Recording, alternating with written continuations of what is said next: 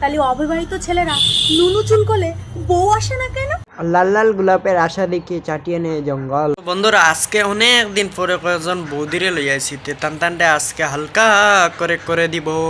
আর তোমাদেরকে আমি ব্লগে কিন্তু সমস্ত কিছু দেখাবো কি করি না করে। সব দেখে দিও না বৌদি, কিছুটা দাদার জন্য রেখে দিও।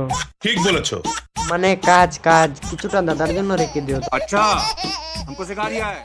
বলছি দেখো, বিদেশ গেলে বিয়ে করে যেও না, বিয়ের আগে যাও। কেন বৌদি কেন?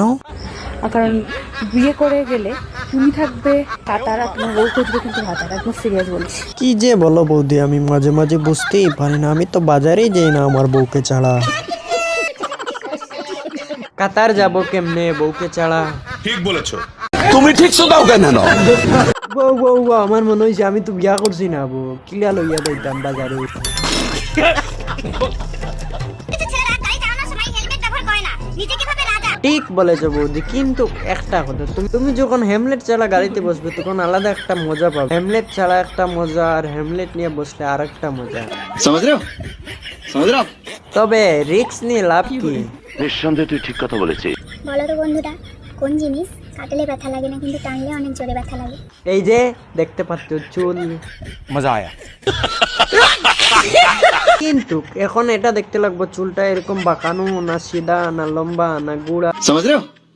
समझ रहे हो? কোথাকার চুল কাটছো, এখানে না নিচে না উপরে না সাইডে? পুরুষ মানুষ নিজের টাকায় খায়, নিজের ঘরে থাকে, তাহলে বউকে এত ভয় করে কেন? এটাও বুঝলে না বৌদি, এটা হচ্ছে ভালোবাসার এক্সপার্ট, টান প্রেম পিডিটি। কিন্তু আমি ওটা ডর পাই না, ভয় পাই না। अच्छा हमको सिखा रिया है।